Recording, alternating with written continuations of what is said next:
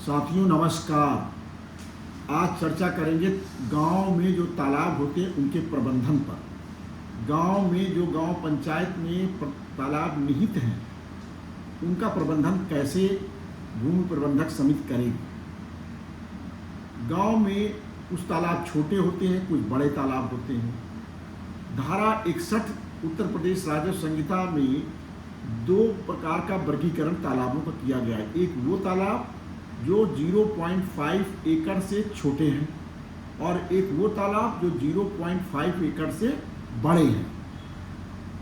कानून में व्यवस्था की गई है इस धारा में कि जो 0.5 एकड़ मतलब आधा एकड़ या उससे कम के तालाब हैं उनको ग्राम के निवासियों द्वारा सार्वजनिक उपयोग के लिए आरक्षित रखा जाए। मतलब गांव के लोग सार्वजनिक उपयोग में उस तालाब को ला सकते हैं। उस तालाब को हम ना तो किराए पर देंगे न किसी को आवंटित करेंगे।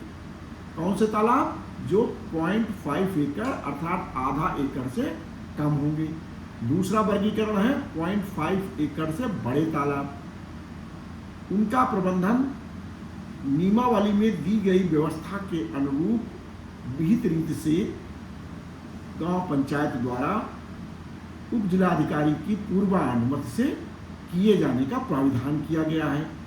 नियमावली में विहित रीति क्या बताई गई है इसके बारे में आगे चर्चा करते हैं, लेकिन सबसे पहले जान लेते हैं कि इस कानून में भू राजस्व संहिता जो 2006 उत्तर प्रदेश राजस्व संहिता जो 2006 इसमें तालाब में मतलब क्या है? तालाब का अर्थ है तालाब, पोखर, तड़ाग और जल से आच्छादित अन्य भूमि जो गांव पंचायत में निहित हो वह तालाब की परिभाषा में आएगी।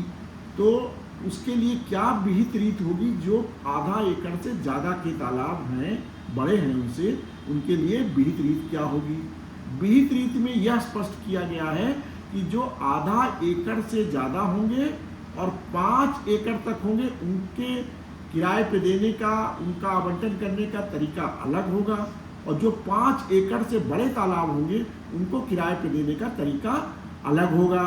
साथियों, उत्तर प्रदेश राजस्व संहिता के अंतर्गत जो नियमावली बनाई गई है उसके नियम 57 में ये बताया गया है कि अगर तालाब 0.5 एकड़ से बड़ा है और 5 एकड़ से कम है तो उसका कैसे आवंटन किया जाएगा और उसे कैसे पट्टा किया जाएगा इसके बारे में स्पष्ट किया गया है। तो इसमें सबसे पहले कहा गया कि 0.5 एकड़ से बड़ा लेकिन 5 एकड़ से छोटे तालाबों का प्रबंधन आवंटन उप जिलाधिकारी की अनुमति से ऐसे तालाबों का पट्टा किया जाएगा। अब पट्टा कैसे किया जाएगा? इन तालाबों का पट्टा करने के लिए तहसील स्तर पर एक शिविर लगाया जाएगा और इस शिविर का व्यापक प्रचार प्रसार किया जाएगा। कैसे किया जाएगा? कम से कम एक अखबार जो ज़्यादा प्रचलित हो उस इलाके में उसमें ये सूचना प्रकाशित कराई जाएगी कि किस तिथि को, किस समय और किस स्थल पर यह शिविर लगेगा। तो ये व्यापक प्रचार कराना है। ये इसके बाद ये जो शिविर होगा उसमें नियत समय पर, नियत तिथि पर, नियत स्थान पर कौन कौन आवंटन करने के लिए इन तालाबों का पट्टा पे उठाने के लिए उपस्थित रहेगा। सबसे पहले तो वहाँ गांव पंचायत का प्रधान जो भूमि प्रबंधक समिति का अध्यक्ष है वो रहेगा। दूसरा रहेगा गांव पंचायत के जो भूमि प्रबंधक समिति है उसका सचिव अर्थात लेखपाल। तो इस प्रकार प्रधान और लेखपाल इस शिविर में अनिवार्य रूप से उपस्थित रहेगा। साथ ही साथ नायब तहसीलदार से नीचे की रैंक का नहीं, नायब तहसीलदार या उससे ऊपर तहसीलदार भी हो सकता है, अपर तहसीलदार भी हो सकते हैं, उप जिलाधिकारी स्वयं भी हो सकते हैं, वह भी इस शिविर में उपस्थित रहेंगे। और साथियों, अगर एक से अधिक गांव पंचायतों के तालाबों का आवंटन पट्टा होना है उसी शिविर में, तो उसी शिविर में उन सभी गांव पंचायतों के प्रधान और लेखपाल उपस्थित रहेंगे और साथ ही साथ एक पात्रता सूची बनाई जाएगी। पात्रता सूची किसके सहयोग से बनाई जाएगी, कौन बनाएगा? उप जिलाधिकारी के आदेश पर लेखपाल द्वारा मछुआरा समुदाय का जो व्यक्ति नामित है उस तहसील के लिए, ये कलेक्टर नामित करता है। मछुआरा समुदाय का एक प्रतिनिधि हर तहसील के लिए उस जिले का कलेक्टर नामित करता है। तो उस प्रतिनिधि के सहयोग से लेखपाल पात्रता सूची तैयार करेगा। पात्रता में कौन कौन लोग आएंगे इसके बारे में आपको स्पष्ट करना है।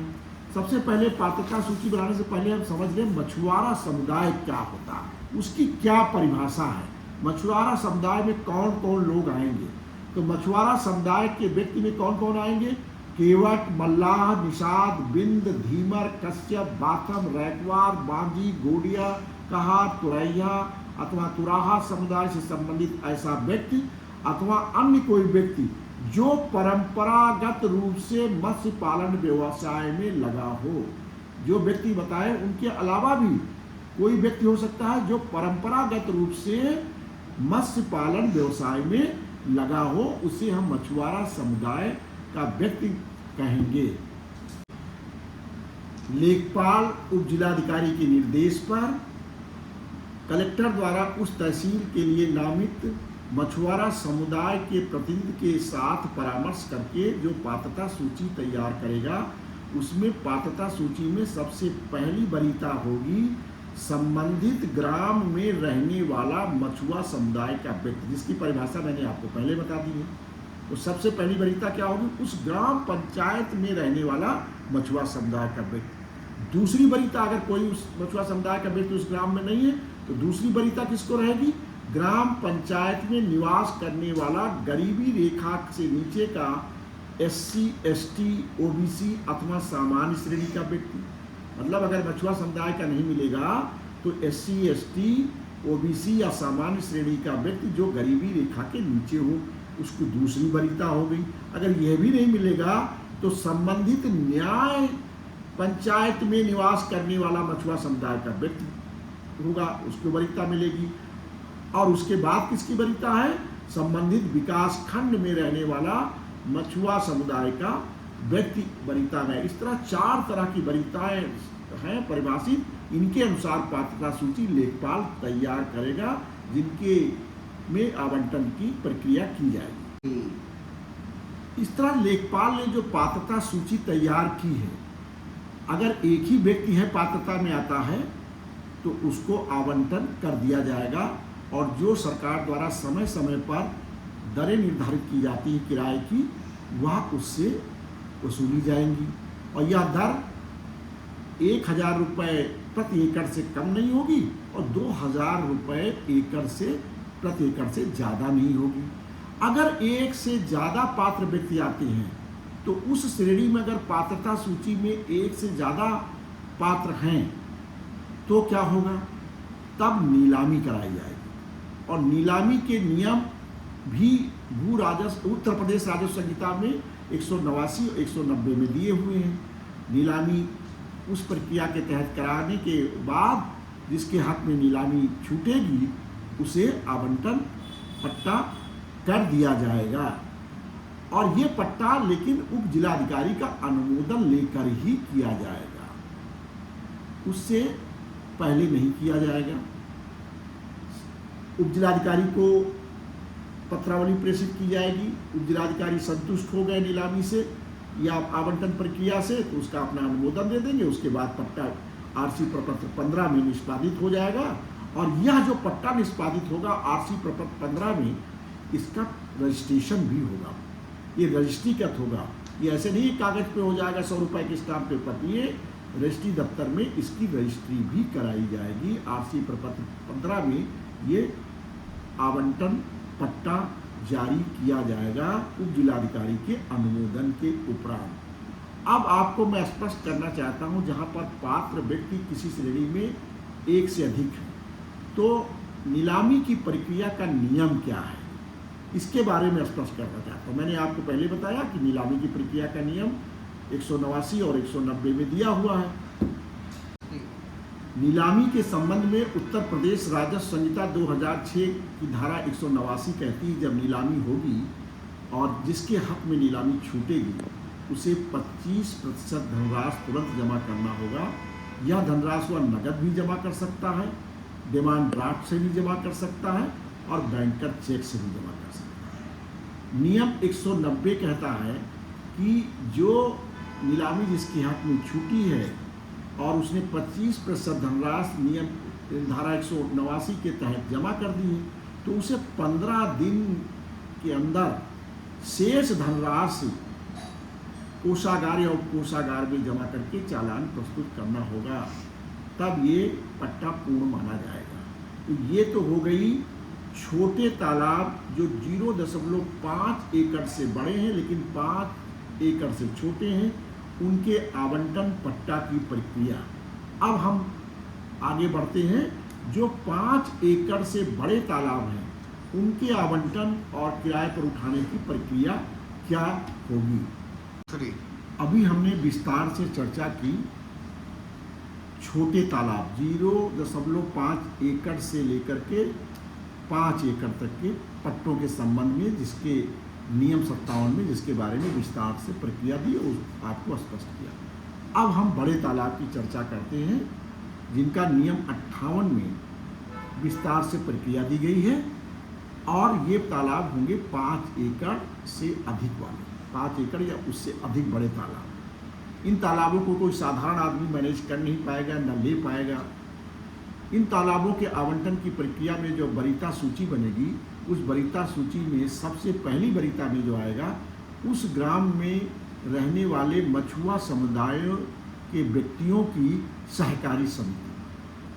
और कैसी हो सहकारी समिति, कोऑपरेटिव सोसाइटी कैसी हो मछुआ समुदाय की, जो पंजीकृत हो और साथ ही साथ उसको मत्स्य विभाग से उसका अनुमोदन हो, मान्यता हो, ऐसी सोसाइटी। ग्राम के मछुआरा समुदाय के व्यक्तियों की सहकारी समिति। अगर ग्राम के मछुआरा समुदाय के व्यक्तियों की सहकारी समिति नहीं है तो न्याय पंचायत स्तर की मछुआरा समुदाय के व्यक्तियों की सहकारी समिति जो पंजीकृत भी हो और मत्स्य विभाग से मान्यता प्राप्त भी हो।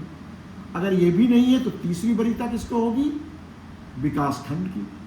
विकास खंड स्तर की मछुआरा समुदाय के व्यक्तियों की सहकारी समिति जो पंजीकृत भी हो और मत्स्य विभाग से इसकी मान्यता भी हो। अगर वह भी नहीं है विकास खंड तो जिला स्तर की मछुआरा समुदाय के व्यक्तियों की सहकारी समिति जो पंजीकृत भी हो और मान्यता भी मत्स्य विभाग से उसको मिली हुई हो। अगर जिला स्तर पर भी कोई समिति नहीं है तो उत्तर प्रदेश राज्य के निवासियों की मछुआरा समुदाय की सहकारी समिति जो पंजीकृत भी हो और मान्यता प्राप्त हो। इस प्रकार ग्राम, न्याय पंचायत, ब्लॉक, जिला और राज्य स्तर की समिति वरीयता हो गई। अगर ये मछुआरा समुदाय की कोई राज्य स्तर तक समिति नहीं प्रतिभाग करती है तब क्या होगा, तब अगली वरीयता है अनुसूचित जाति जनजाति के व्यक्तियों की सहकारी समिति जो पंजीकृत हो और मान्यता प्राप्त भी हो।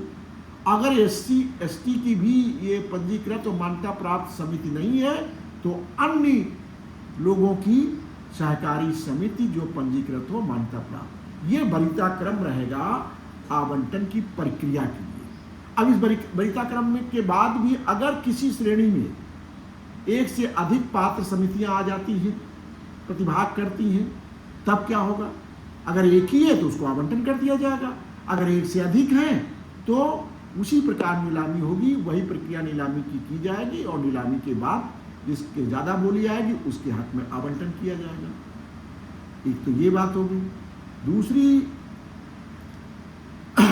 इसमें एक है कि जो नीलामी होगी, नीलामी के बाद वही 25% धनराशि तत्काल जमा करना है। वार्षिक किराया क्या होगा, ये बड़े तालाब हैं इनमें किराया भी ज़्यादा होगा। जैसे हमने छोटे तालाबों के बारे में 5 एकड़ तक के तालाबों के बारे में किराया बताया था कि कम से कम 1000 और अधिक से अधिक 2000 जो भी राज्य सरकार समय समय पर तय करती है।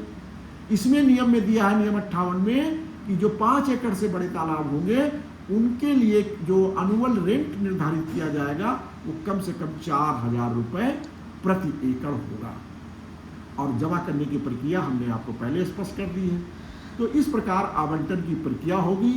ये जो आवंटन का पट्टा होगा आरसी प्रपत्र 15 में, इसका पंजीकरण होगा रजिस्ट्री दफ्तर में, और बाकायदा पंजीकरण के साथ साथ जो है तब उसको कब्जा दिया जाएगा। साथ में अगर इन पट्टों के संबंध में कोई भी अनियमितता होती है, शिकायत होती है, तो क्या करें, इसके बारे में भी मैं आपको स्पष्ट करता हूँ। साथियों, जो ये पट्टा किया जाएगा उप जिलाधिकारी के अनुमोदन से, और ये इसमें उप जिलाधिकारी जो है अगर पट्टे की शर्तों का कोई उल्लंघन होता है तो उसको नोटिस दे करके पट्टा निरस्त भी कर सकते हैं। 57 में नियम में दिया हुआ है।